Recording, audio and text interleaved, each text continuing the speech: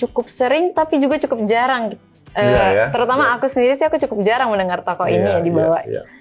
Memang sih tokoh ini yang akan kita kulik ya, yang kita akan kulik sebentar lagi, seorang raja, ya, seorang raja dan dari kerajaan Yehuda. Kira-kira apa sih yang ia lakukan sampai dia bisa dinyatakan di dalam Alkitab bahwa dia merupakan raja yang benar di mata Tuhan? Iya.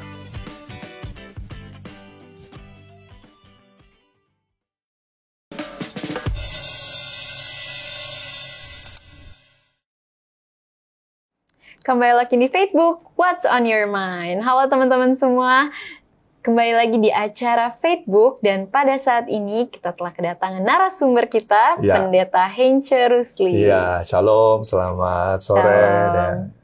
Apa kabar Pendeta? Baik, baik. Gimana kabarnya, Dei? Puji Tuhan sehat nih, cuaca lagi nggak bagus lagi ya Pendeta ya. Lagi nggak mendukung ya, tapi kita harapkan teman-teman Facebook dimanapun saja berada juga dalam keadaan sehat-sehat ya. Amin. Oke, sebelum kita masuk ke topik diskusi Alkitab kita hari ini, Pendeta, kami di sini ingin sekali agar teman-teman yang rindu untuk mengetahui lebih banyak lagi tokoh-tokoh Alkitab, untuk stay log in di Facebook dengan cara subscribe ke channel Facebook dan jangan lupa untuk follow social media Hope Channel Indonesia, terutama di Instagram, supaya kalian bisa tetap stay up to date dan bisa nonton lebih banyak lagi tokoh-tokoh yang akan datang di episode-episode selanjutnya. Dan bagi teman-teman di rumah yang mungkin rindu tokoh Alkitabnya bisa dibahas di program Facebook, jangan lupa untuk komen di bawah atau bisa langsung DM juga ke Instagram Hope Channel. Dan kalau teman-teman suka, jangan lupa kasih thumbs up dan share ke teman-teman dan keluarga semuanya. Oke, baiklah Pendeta, kita akan membahas sebuah tokoh yang cukup sering tapi juga cukup jarang. Terutama aku sendiri sih, aku cukup jarang mendengar tokoh ini ya dibawa. Memang sih tokoh ini yang akan kita kulik ya, yang kita akan kulik sebentar lagi, seorang raja, ya, seorang raja dan dari kerajaan Yehuda, kerajaan Yehuda. Ya. Kerajaan Yehuda sama kerajaan Israel itu sama nggak Pendeta? Oke. Jadi kita lihat dulu nih ya sejarahnya teman-teman Facebook sekalian. Jadi pada saat Raja Salomo meninggal, kerajaan Israel itu terbagi dua, pecah dia, terbagi dua. Nah, kerajaan di sebelah utara itu disebut kerajaan Israel, ibu kotanya Samaria. Sedangkan kerajaan yang kedua, kerajaan di sebelah selatan, disebut kerajaan Yehuda dan ibu kotanya di kota Yerusalem.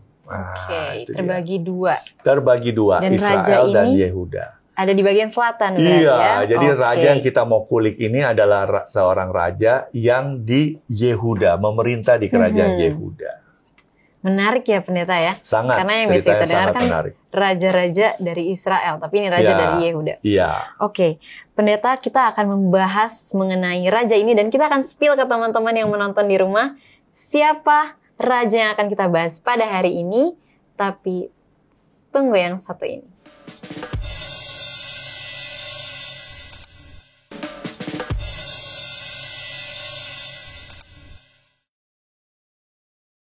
Kembali lagi di Facebook, What's on your mind? Nah, teman-teman Facebook, kita akan kembali membahas siapa kira-kira Raja Yehuda yang akan menjadi topik diskusi Alkitab kita pada episode yang kali ini. Nah, Pak Pendeta, tapi sebelum kita tahu nih siapa rajanya, aku masih tertarik nih sama tadi Pendeta ada sedikit menjelaskan mengenai pembagian Israel ya Pendeta, menjadi dua bagian. Kira-kira kenapa sih Pak Pendeta adanya terjadi terpisahnya bangsa Israel ini menjadi dua bagian? Jadi terpecah ya, kerajaan menjadi dua. Jadi pada saat Raja Salomo meninggal, teman-teman Facebook, sebenarnya yang harus naik takhta adalah anaknya yang bernama Rehabeam, ya, Raja Rehabeam. Tetapi di sisi yang lain ada seorang tokoh, bukan anak dari Salomo, bukan tokoh dari anak raja, yang bernama Yerobeam. Yerobeam ini ternyata memiliki karisma yang luar biasa sebagai pemimpin. Sehingga ada 10 suku Israel, kita tahu kan ada 12 ya suku Israel, 10 suku Israel, kecuali Yehuda dan Benjamin, kecuali ya. Nah, mereka itu mendukung kepemimpinan Yerobeam. yang bukan dari keturunan Raja Salomo. Jadi akhirnya mereka terpecahlah kerajaan itu karena sebagian besar mendukung Yerobeam menjadi pemimpin, menggantikan Salomo. Sebagian kecil, 2 suku, yaitu Yehuda dan Benyamin, mendukung Rehabeam, anaknya Salomo, untuk menjadi raja. Akhirnya itu terpecah karena tidak ada kesepakatan, sehingga kerajaan utara, kerajaan Israel, dipimpin oleh Yerobeam. Raja pertama dia bernama Yerobeam, di mana itu didukung oleh 10 suku. Sedangkan kerajaan Yehuda di sebelah selatan didukung 2 suku saja, suku Benyamin dan suku Yehuda, beribu kota di Yerusalem, dan raja pertama mereka adalah Rehabeam. Jadi seperti itu latar belakangnya. Namun Pak Pendeta, apakah kerajaan di bagian selatan ini merupakan kerajaan yang takut akan Tuhan juga? Iya. Atau justru sebaliknya? Jadi begini, sebenarnya 2 kerajaan ini adalah 2 kerajaan awalnya kan Israel, umat Tuhan ya. Tetapi beriringnya waktu kalau kita lihat, khususnya di kitab 1 Raja-Raja dan 2 Raja-Raja, jadi kerajaan Israel ini ya, yang di sebelah utara ini, sampai nanti mereka ditaklukkan oleh Babel, itu mereka punya 20 raja. 20 raja yang pernah memerintah. Yang pertama tadi Yerobeam, yang terakhir Raja Hosea namanya. Dan dari ke-20 raja ini, kalau teman-teman Facebook lihat di Alkitab, hampir semua dikatakan jahat di mata Tuhan. Nah, pada zaman dulu, kalau rajanya jahat, mayoritas rakyatnya juga apa? Jahat ya. Rajanya tidak menyembah Tuhan, menyembah berhala, mayoritas rakyatnya menyembah apa? Berhala. Sedangkan di kerajaan Yehuda, menariknya juga 20 raja yang pernah menguasai Yehuda. Dimulai dari Raja Rehabeam yang pertama, nanti raja yang terakhir ke-20 sebelum penawanan kerajaan Babel itu adalah Raja Zedekia. Beda dengan kerajaan Israel, di mana sedikit sekali yang dibilang benar di mata Tuhan rajanya. Kalau di kerajaan Yehuda ada beberapa.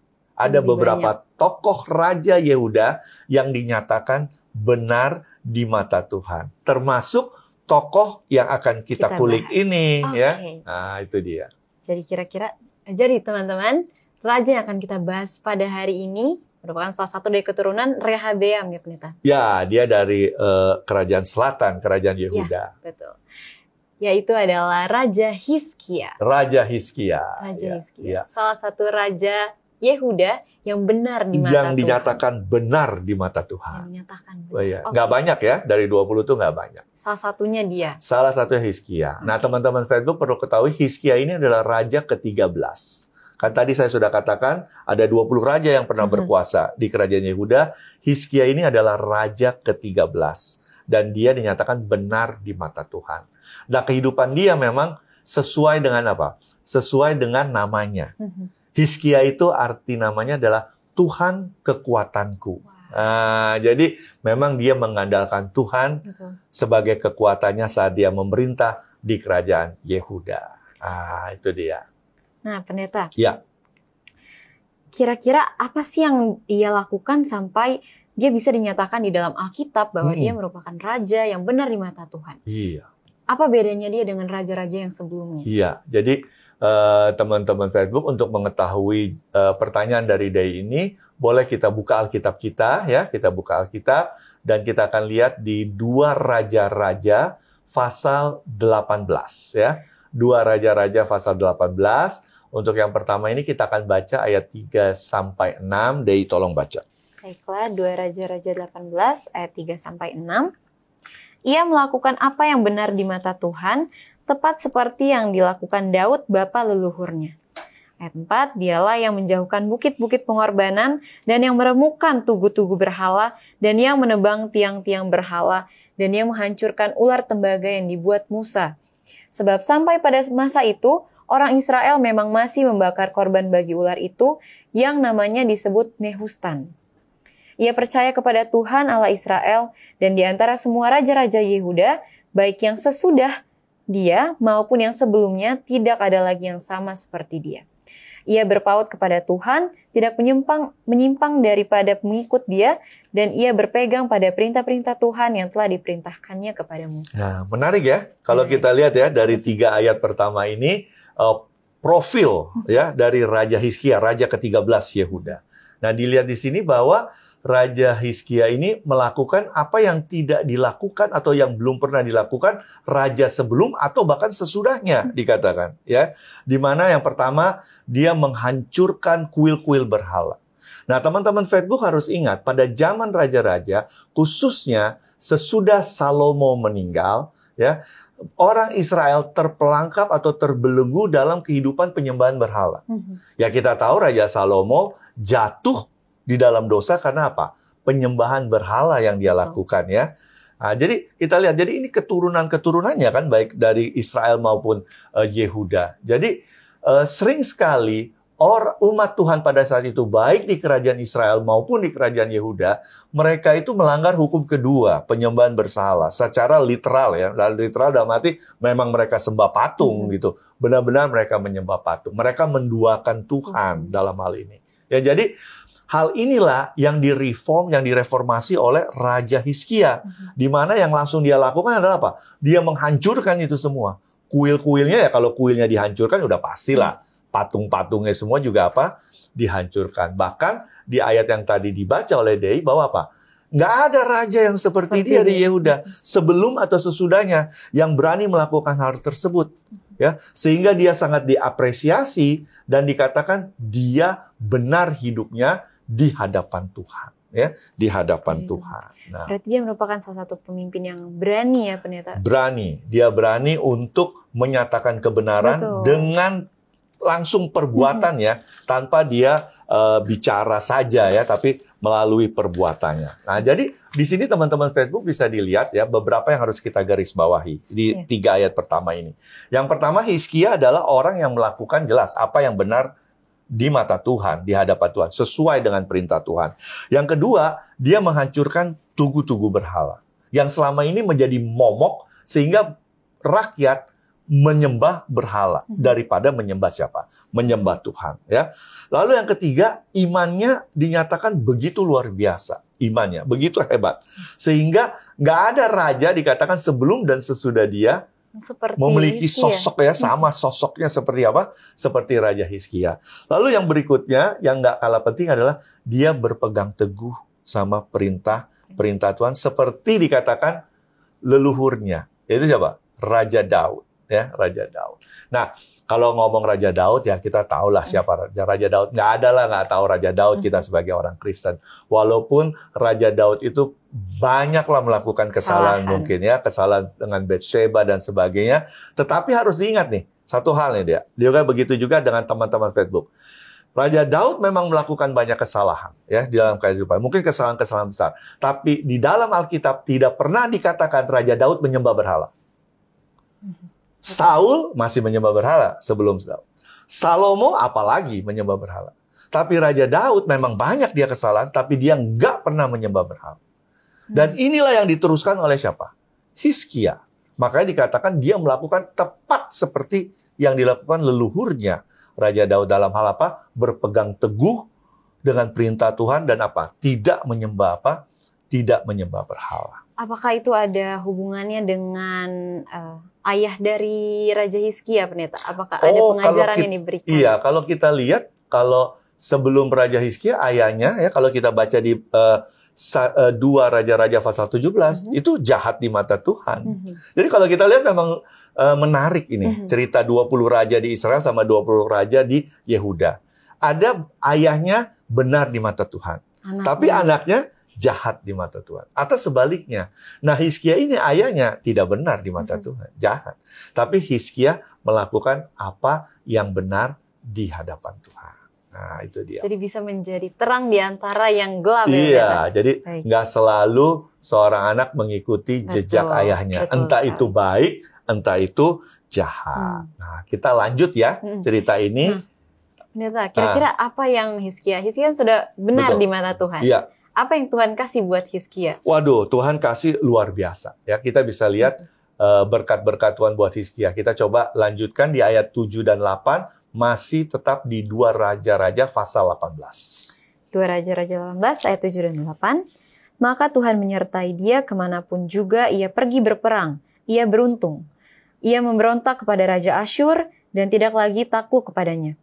Dialah yang mengalahkan orang Filistin sampai ke Gaza dan memusnahkan daerahnya, baik menara-menara penjagaan maupun kota-kota yang berkubu. Iya, jadi lihat di sini deh ya, bahwa dengan keteguhannya, imannya ya, Tuhan dikatakan apa? Tuhan menyertai dia. Apa arti kata Tuhan menyertai? Immanuel. Ya kan? Tuhan Yesus sebelum lahir dikatakan oleh malaikat pada Maria, kasih nama anak itu Immanuel. Apa artinya? Tuhan menyertai kita. Nah, lihat di sini ya. Jauh sebelum Tuhan Yesus lahir, Immanuel ya sudah menyertai Raja Hizkia karena imannya yang teguh kepada Tuhan. Dikatakan Tuhan menyertai Hizkia. Immanuel. Dia selalu kemana aja, dia selalu beruntung dalam arti mendapatkan apa? Kemenangan. Betul. Bahkan ada 2 daerah sini ya, Filistin dan Gaza. Mungkin akhir-akhir ini namanya trending ya, yang ditaklukkan oleh Raja Hizkia. Dan yang menarik dikatakan, Raja Hizkia nggak mau takluk lagi dengan Raja Asyur. Raja-raja sebelumnya takut sama Raja Asyur. Kenapa? Karena, itu dia. Karena kerajaan Asyur saat itu kerajaan yang paling ganas, kerajaan yang paling hebat dari militer, kerajaan besar. Sehingga banyak kerajaan-kerajaan, bukan cuma kerajaan Israel atau Yehuda, kerajaan-kerajaan lain pun takluk atau takut membayar upeti kepada siapa? Kepada kerajaan Asyur. Nah, ini ditolak oleh Hizkia.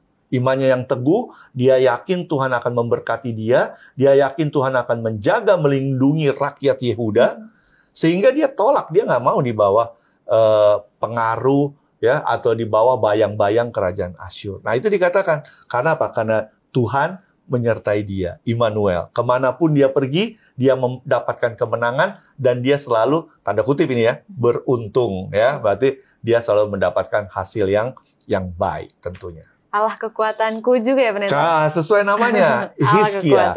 Tuhan adalah kekuatanku, sesuai ya. Baiklah pendeta, kita mau lebih tahu lagi nih, apa aja sih pendeta kisah-kisah dari Hizkia? Ya. Yang ada di Alkitab. Iya, jadi kalau teman-teman Facebook lihat cerita tentang Hizkia ini, Raja Hizkia Yehuda ini ada di 2 Raja-Raja pasal 18, pasal 19, dan pasal 20. Nah, dari 3 pasal ini ada 2 cerita nih, Dey, yang menarik, yang kita mau kulik nih lah ya, untuk episode kali ini. Yang pertama adalah peristiwa di mana Raja Sanherib, kerajaan Asyur, ya, yang tadi sudah kita baca ayatnya, mau menyerang kerajaan Yehuda.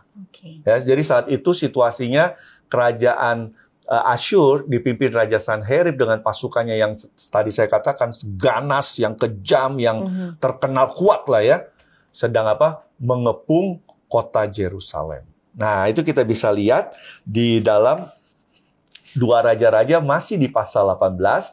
Kali ini kita lihat di ayat 33 sampai 35. 2 Raja-Raja 18 ayat 33. Apakah pernah para Allah bangsa-bangsa melepaskan negerinya masing-masing dari tangan Raja Asyur? Di manakah para Allah negeri Hamat dan Arpad?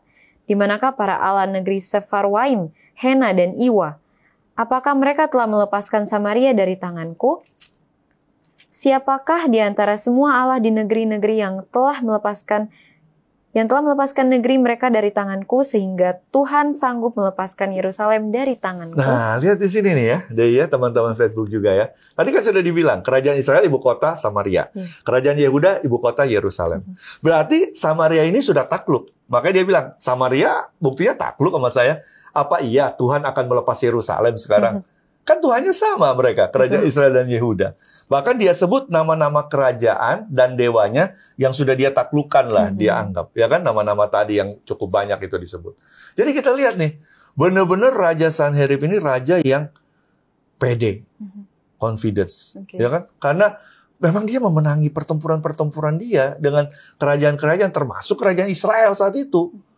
Jadi sekarang dia mau menaklukkan lagi kerajaan Yehuda. Maka dia sombong, dia katakan emang ada Allah, maksudnya Allah itu huruf kecil ya, Allah dari kerajaan-kerajaan yang sanggup. Enggak, buktinya kerajaan Israel aja Samaria nggak luput dari tangan saya. Buktinya Allah yang hidup itu buktinya Samaria jatuh juga. Masa sekarang Yerusalem juga akan lepas dari tangan saya? Jadi kalau kita lihat, ya mungkin kalau kita anggap, kalau kita dari pihak Yehuda, kita anggap sombong sekali ya. Sombong sekali, pede banget gitu loh. Untuk menyatakan Allah aja nggak sanggup bisa melepaskan Yerusalem dari tangan Sanherib. Jadi Sanherib ini bukan sekedar sombong, overconfidence, tapi dia juga apa? Dia juga menghina Allah. Karena dia katakan emang sanggup. Kalau kita ingat kata-kata dia ini identik ya dengan kata-kata Goliat ya, saat dikalahkan nanti sama Raja Daud ya, ayo keluarkan pahlawanmu, mana Allahmu semua ya, seperti itu. Jadi memang dalam hal ini kesombongan yang ditunjukkan Raja Sanherib itu luar biasa. Ya, dia benar-benar percaya diri karena dia sudah menaklukkan kerajaan-kerajaan lain, termasuk kerajaan Israel pada saat itu. Cuman Yehuda nih yang belum dia taklukkan. Nah itu dia. Dan Raja Hizkia di sini pun tidak takut sama sekali ya pendeta. Dia tidak takut terhadap. Mungkin ada saat-saat dia takut kan di sini pendeta? Iya. Jadi kalau kita baca ya, Dei ya, juga teman-teman Facebook, di 2 Raja-Raja pasal 19, ya Hizkia memang orang yang beriman, orang yang takut akan Tuhan, itu sudah dijelaskan. Tetapi namanya manusia kadang-kadang ada down-nya ya. Apalagi dia sudah mendengar, lalu dia melihat kerajaan Israel, tetangganya istilahnya sudah ditaklukkan. Sehingga jujur saja pada saat itu, saat kata-kata yang tadi dibaca itu adalah kata-kata yang diucapkan Raja Sanherib ke utusan dari Raja Hizkia. Jadi pada saat utusan itu datang ke Raja Hizkia lalu mengatakan hal tersebut, sebagai manusia, walaupun dia orang beriman, raja yang luar biasa ya, berpegang teguh pada Tuhan sebagai orang beriman, dia gentar juga. Saya pikir kita dalam kehidupan kita juga begitu ya. Mungkin terkadang ada satu momen, walaupun kita orang yang beriman, gentar juga kita menghadapi satu situasi yang sulit. Nah, inilah yang terjadi dengan Raja Hizkia. Tapi kita mau lihat nih, di saat suasana gentar, hati dia ketakutan, apa sih yang dibuat oleh orang yang beriman yang sedang ketakutan? Reaksinya. Reaksinya. Jadi apa reaksi Hizkia, orang yang beriman, pada saat menghadapi ketakutan. Ya, apa tuh reaksi dia? Nah, kita lihat di 2 Raja-Raja pasal 19 ayat 15 dan 16. 2 Raja-Raja 19 ayat 15 dan 16. Hizkia berdoa di hadapan Tuhan dengan berkata, "Ya Tuhan Allah Israel yang bertahta di atas kerubim, hanya Engkau sendirilah Allah segala kerajaan di bumi. Engkaulah yang menjadikan langit dan bumi. Sendengkanlah telingamu ya Tuhan dan dengarlah. Bukalah matamu ya Tuhan, dan lihatlah. Dengarlah perkataan Sanherib yang telah dikirimnya untuk mengaibkan Allah yang hidup." Nah, jadi menarik di sini ya, teman-teman Facebook juga. Jadi pada saat orang beriman itu ketakutan, bisa aja dia ketakutan, ciut nyalinya, gentar, tapi dia pertama kali datang ke Tuhan. Dia nggak cari pertolongan ke sekutu dia, ya, mungkin dia panggil panglimanya untuk menghimpun tentara, seberapa kuat tentaranya, enggak. Yang pertama dilakukan Raja Hizkia adalah apa? Dia datang ke Ka'bah, ke Bait Allah, dan dia apa? Dia berdoa. Dia keluarkan unek-uneknya. Lihat tuh Tuhan, istilah begitu ya, curhat ya, ngadulah ke Tuhan bahwa lihat tuh Tuhan, orang ini udah apa? Sudah mengabaikan, sudah istilahnya mengkerdilkan ya Tuhan Allah yang hidup dengan kata-katanya ini. Tolong dengar permohonan kami. Nah, seperti itu yang apa? Yang disampaikan. Jadi kita bisa lihat di sini nih, Dei, juga teman-teman Facebook. Sekali lagi saya katakan ya, kita orang beriman tidak menghapus rasa takut atau gentar kita dalam hidup. Namanya kita manusia. Tetapi di sini terlihat respon orang beriman saat dia menghadapi ketakutan atau kegentaran dalam hidupnya. Yaitu apa? Dia datang pertama memohon pertolongan Tuhan. Dia nggak memohon pertolongan pihak lain. Tapi dia datang memohon pertolongan Tuhan melalui doanya. Bahwa tolong Tuhan, dengarkan apa yang sudah dikatakan orang ini, yang sudah benar-benar mengkerdilkan Tuhan, ya kan? Tolong Tuhan, jawab doa kami. Nah, itu dia. Ajaran yang sangat baik ya pendeta. Iya. Karena pasti teman-teman di rumah, terutama aku juga yang mendengarkan cerita ini, rindu untuk bisa memiliki iman seperti Hizkia. Iya. Supaya kita nggak supaya respon yang kita berikan terhadap masalah-masalah tuh bisa seperti Hizkia gitu. Iya, betul. Bukan yang langsung jatuh terpuruk atau Iya. bagaimana, tapi Atau bisa mencari bantuan di luar Betul. Tuhan ya, mencari bantuan di luar Tuhan. Dan akhirnya karena sikapnya atau tindakannya yang tepat yang dilakukan Hizkia, Tuhan memberikan satu jawaban yang luar biasa. Apa itu? Nah, jawabannya itu coba dibaca ayat selanjutnya di 35 sampai 36 masih di 2 Raja-Raja 19. 2 Raja-Raja 19 Ayat 35 dan sampai 36. 36 ya. Maka pada malam itu keluarlah malaikat Tuhan lalu dibunuhnyalah 185.000 orang di dalam perkemahan Asyur. Keesokan harinya pagi-pagi tampaklah semuanya bangkai orang-orang mati belaka. Sebab itu berangkatlah Sanherib Raja Asyur dan pulang lalu tinggallah ia di Niniwe. Iya, kita lihat jawaban Tuhan luar biasa ya. Jadi Hizkia tidak perlu mengerahkan pasukannya. Betul. Ya kan? Padahal dia udah ketakutan, gentar ya, namanya manusia, dia gentar dengan orang yang begitu kejam, yang begitu hebat lah dalam pertempuran. Ya, tapi kita lihat di sini teman-teman Facebook. Ya, iman yang begitu hebat diiringi dengan doa yang sungguh-sungguh. Kita lihat hasilnya. Memang di luar nalar lagi nih hasilnya, karena malaikat yang datang ya, dikatakan malaikat datang lalu memusnahkan, membinasakan, dan nggak tanggung-tanggung, bukan cuma 1.000-2.000, 185.000 tentara. No effort ya. Binasa begitu aja sehingga Sanherib ketakutan. Dia mau apain lagi, 185.000 tentaranya sudah habis begitu. Ya, jadi akhirnya dia pulang. Ya, memang dia nggak dibunuh ya, dalam peristiwa dia tidak mati, tapi dia pulang. Dia pulang ke tempatnya, ke asalnya di Niniwe. Nah, pendeta, tadi Pak Pendeta sempat bilang ada 2 peristiwa ya pendeta kalau nggak salah. Ya. Kira-kira peristiwa yang kedua itu apa sih pendeta? Nah, kita lihat di segmen berikutnya. Oke, kita akan lihat peristiwa kedua dari Hizkia yang ada di Alkitab setelah yang satu ini.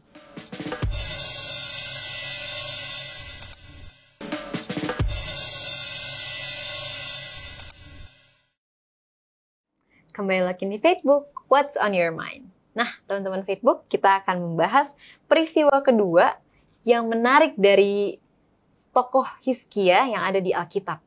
Silakan pendeta, apa nih peristiwa keduanya nih? Baik, jadi teman-teman Facebook, tadi kita udah lihat ya di segmen sebelumnya bahwa peristiwa pertama yang menarik adalah pengepungan Sanherib dan dituntaskan Tuhan dengan cara yang ajaib, caranya Tuhan.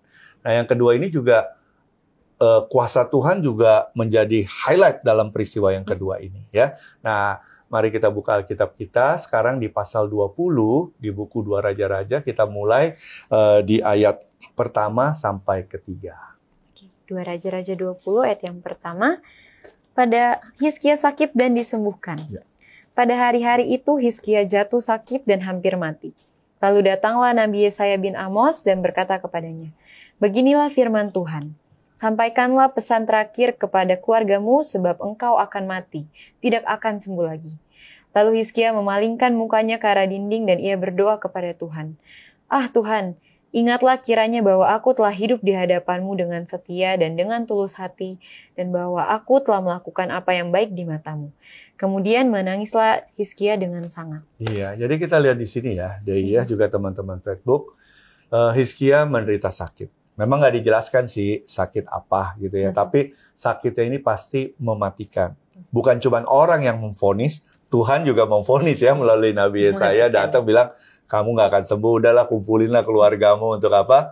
Untuk ngomonglah pesan-pesan terakhir. Ini menunjukkan Hizkia ini sakitnya parah lah. Mungkin kalau sekarang bisa digambarkan kayak sakit kanker mungkin ya. Iya, ya mungkin begitu ya. Orang-orang biasanya kan kalau divonis kanker, minta maaf ya, misalnya kalau divonis kanker, biasanya sudah merasa putus asa ya, sudah merasa bahwa oh ini sakit berat yang mungkin nggak bisa sembuh dan sebagainya. Nah, yang menarik di sini Tuhan aja ngomong gitu melalui Nabi Yesaya bahwa kamu nggak akan sembuh ya, kamu akan mati gitu. Dan respon dari Hizkia ini adalah dia berdoa dan dia menangis sangat. Berarti menangis sangat ini kan berarti bukan cuma menangis, mungkin meraung-raung ya, karena menangis yang keras lah ya, berteriak keras, menangis yang keras. Jadi Hizkia memohon pertolongan Tuhan. Sekali lagi dari peristiwa ini, Hizkia memohon mujizat Tuhan. Di pelajaran tadi, Hizkia memohon mujizat Tuhan lepas dari pengepungan Sanherib, ya kan? Dan di saat sekarang ini, peristiwa sekarang ini, Hizkia juga memohon pertolongan Tuhan, mujizat Tuhan untuk kesembuhan dia. Betul. Nah, lalu kita lihat apa yang terjadi. Boleh baca ayat selanjutnya. Ayat yang keempat, tetapi Yesaya belum lagi keluar dari pelataran tengah, tiba-tiba datanglah firman Tuhan kepadanya. Baliklah dan katakanlah kepada Hizkia, raja umatku, beginilah firman Tuhan Allah Daud, bapa leluhurmu. Telah kudengar doamu dan telah kulihat air matamu, sesungguhnya aku akan menyembuhkan engkau, pada hari yang ketiga engkau akan pergi ke rumah Tuhan. Ya, jadi kita lihat di sini ya. Pertama di ayat 4 dan 5 ini, Tuhan katakan, belum lagi Yesaya keluar istana, habis dia ngomong bahwa Tuhan bilang kamu nggak akan sembuh, kumpulin keluargamu. Putar balik. Tuhan putar balik ya, nggak tahu berapa menit aja tuh ya. Tuhan putar balik, Tuhan berubah pikiran Cepat gitu, ya, cepat.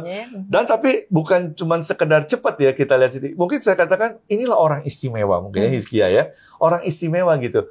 Jadi waktu peristiwa pertama dia didengar, langsung 185.000 meninggal orang tentara dari Asyur ya oleh malaikat Tuhan. Nah sekarang juga ya didengar doanya, dikatakan saya dengar doa kamu, saya lihat air matanya, dia oke, apa yang dia mohon akan saya berikan. Nah kita lihat di ayat 6 coba.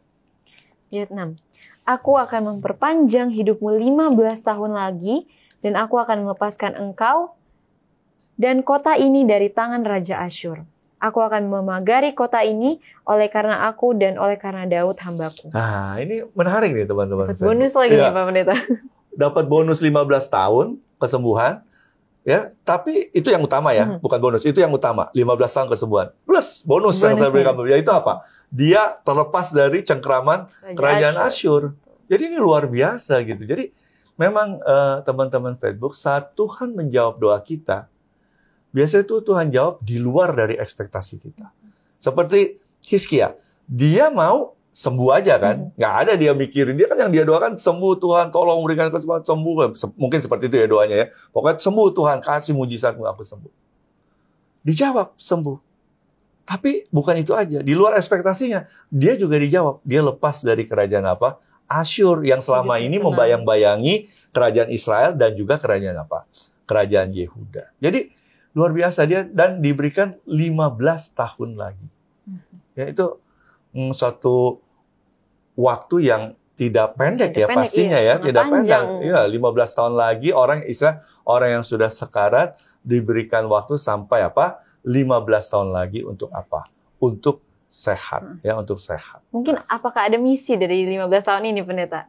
Ya, sudah pasti. Tuhan setiap menjawab doa umatnya, pasti Tuhan memiliki satu hal untuk dapat menjadi kesaksian atau menjadi misi yang harus disampaikan kepada orang-orang sekitar kita. Ya tentunya termasuk di dalam peristiwa Raja Hizkia ini. Kesembuhan ya, kesembuhan dari Raja Hizkia ini. Oke. Lalu Pendeta, setelah ia sembuh, ada peristiwa apa dari Hizkia? Apa yang ia perbuat setelah itu? Jadi teman-teman Facebook, kita bisa lihat di sini ya. Hizkia ini orang yang luar biasa. Dia berdoa, dia dilepaskan dari Sanherib. Dia berdoa, dia dilepaskan dari kematian karena sakit. Ya memang dia orang yang beriman. Tetapi sekali lagi seperti segmennya sebelumnya saya katakan, orang yang beriman bisa juga dia jatuh di dalam pencobaan. Dan hal ini terjadi kepada Hizkia setelah dia setelah dia sembuh ya. Nah, kita bisa lihat di ayat selanjutnya masih di 2 Raja-Raja pasal 20. Sekarang kita baca ayat ke-13.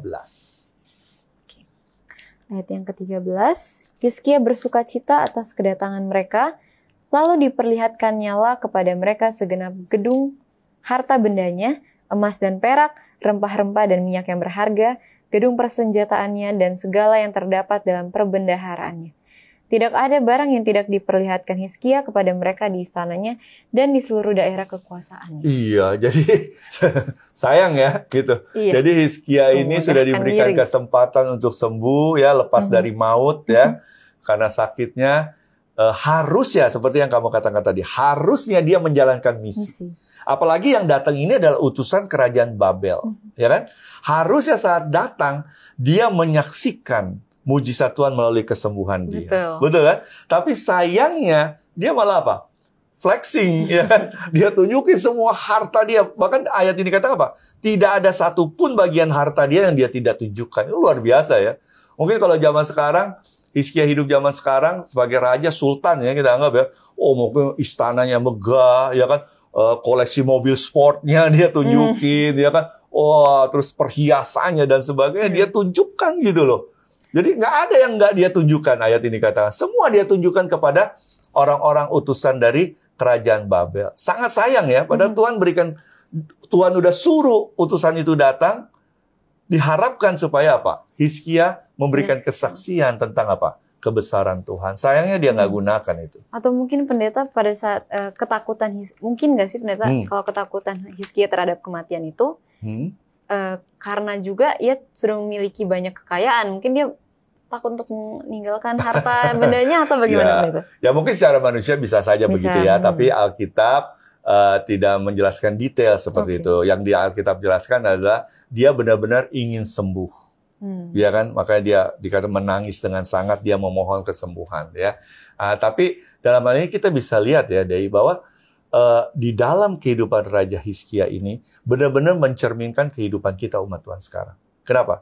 Kita orang beriman, ya. Teman-teman Facebook kalau ditanya beriman nggak pada Tuhan, kita akan jawab kita beriman. Dan memang nyatanya kita orang-orang beriman. Tetapi di dalam perjalanan iman kita bisa saja kita menghadapi apa? Kegentaran, ketakutan.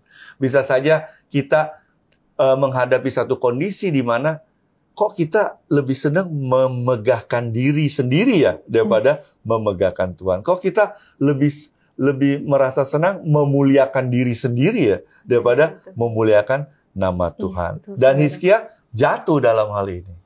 Dia jatuh bukannya memuliakan Tuhan, dia malah memuliakan diri sendiri dengan semua harta yang dia tampilkan tanpa kecuali, dikatakan ya, tanpa kecuali.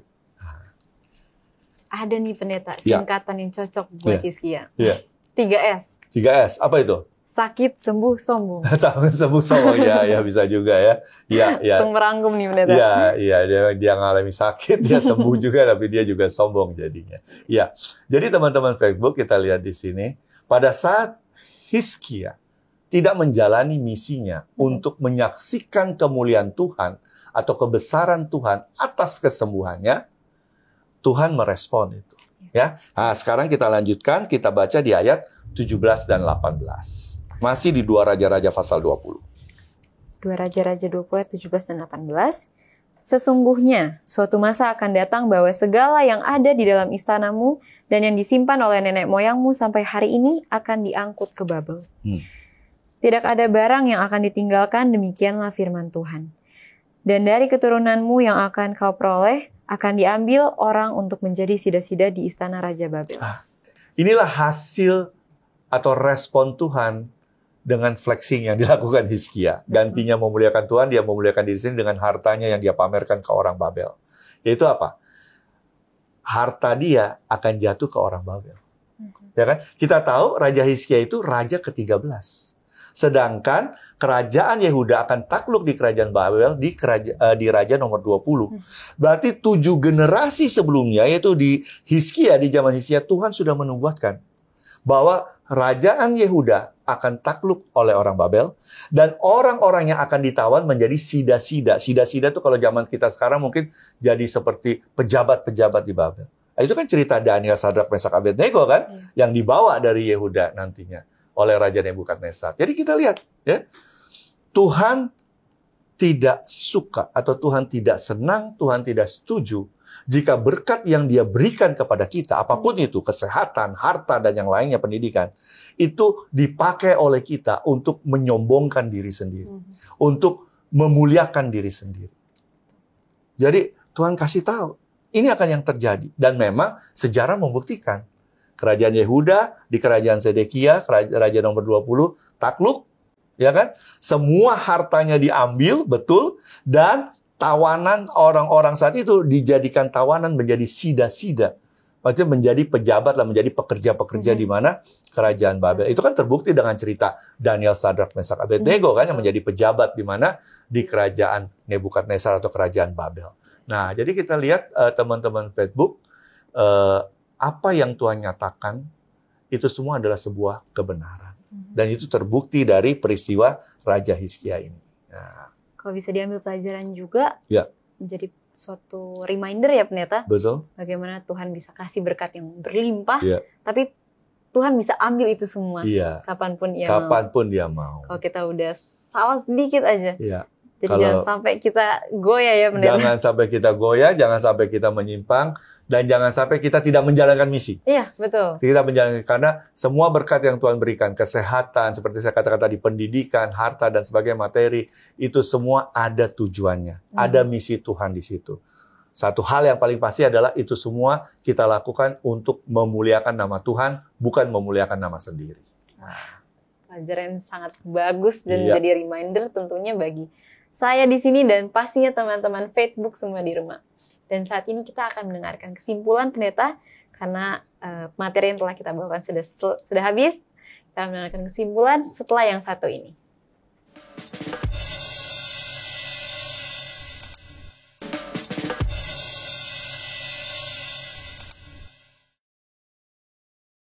Kembali lagi di Facebook, What's on your mind? Nah, teman-teman semua, kita sudah ada di segmen terakhir dari diskusi Alkitab mengenai Raja Hizkia. Kesimpulan, kita akan mendengarkan kesimpulan yang akan dibawakan oleh pendeta selanjutnya. Ya. Baik, jadi teman-teman Facebook di rumah, kita bisa lihat. Pada saat Tuhan memberikan kesempatan kedua bagi kita, ya, Dia menolong kita, menyembuhkan kita, memberkati kita, menyelamatkan kita. Ini merupakan kesempatan emas bagi kita bersaksi untuk memuliakan nama Tuhan. Dan kalau kita lakukan itu merupakan misi kita sebagai anak-anak Tuhan, yaitu bersaksi tentang Tuhan kepada orang-orang sekitar kita. Sayangnya, seperti apa yang terjadi dengan Hizkia, banyak orang tidak memuliakan Tuhan dengan apa yang sudah Tuhan berikan padanya, tapi dia memuliakan diri sendiri. Tentunya hal ini harus kita hindari, teman-teman Facebook, karena kita adalah anak-anak Tuhan yang setia. Saya percaya kita adalah anak-anak Tuhan yang beriman, iman kita bertumbuh setiap hari, dan tentunya sampai di satu titik di mana kita menyadari sebagai saksi-saksi Tuhan, kita harus memberikan hal-hal yang positif melalui kehidupan kita agar nama Tuhan dimuliakan. Dan khususnya saat orang-orang sekitar kita dapat melihat itu, tentunya mereka dapat mengikuti jejak kita sebagai anak-anak Tuhan yang setia. Baiklah, terima kasih pendeta untuk kesimpulannya.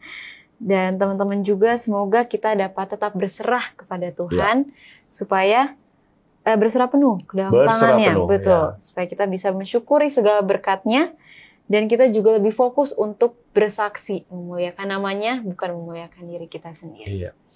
Baiklah, untuk mengaminkan firman Tuhan yang sudah kita pelajari saat ini, Pak Pendeta, boleh pimpin kita dalam doa? Mari kita berdoa. Tuhan, kami sangat bersyukur, pelajaran yang begitu berharga bagi kami. Pada saat Engkau memberikan kesempatan kedua kepada kami, Engkau mendengarkan segala doa kami, biarlah Tuhan hal-hal yang baik yang ada dalam kehidupan kami, itu dapat kami saksikan hanya untuk kepujian dan kemuliaan bagi nama-Mu. Tuhan, kami manusia biasa, kami rentan terhadap dosa. Untuk itu kami mohon tangan-Mu yang penuh kasih dan kuasa, selalu menuntun dan melindungi kami, sehingga di dalam kehidupan kami, hari lepas hari, kami semakin dekat dengan jalan Tuhan, kami melakukan seluruh kehendak Tuhan. Ampuni Bapa segala dosa kami, doa ini semua kami alaskan di dalam nama Tuhan Yesus, yang telah menjadi juru selamat kami. Amin. Amin. Terima kasih banyak pendeta Sama-sama, untuk materinya hari ini. Iya, puji Tuhan. Pelajaran yang sangat baik ya pendeta. Sangat berharga ya. Semoga juga bisa menjadi berkat bagi setiap teman-teman yang mendengarkan. Ya. Dan apabila teman-teman rindu agar teman-teman yang lain bisa mendengarkan, boleh di-share video ini agar firman Tuhan yang kita dengarkan hari ini tidak berhenti di sini saja, melainkan dapat disebarluaskan lagi kepada orang-orang lain. Oke. Buat teman-teman di rumah juga, bagi yang mau tokoh Alkitab favoritnya didiskusikan di program Facebook, jangan lupa untuk komen di bawah atau DM ke Instagram Hope Channel Indonesia. Baiklah, Pak Pendeta, materi kita telah selesai. Teman-teman semua, sampai jumpa di episode-episode selanjutnya. Tuhan memberkati. Tuhan memberkati.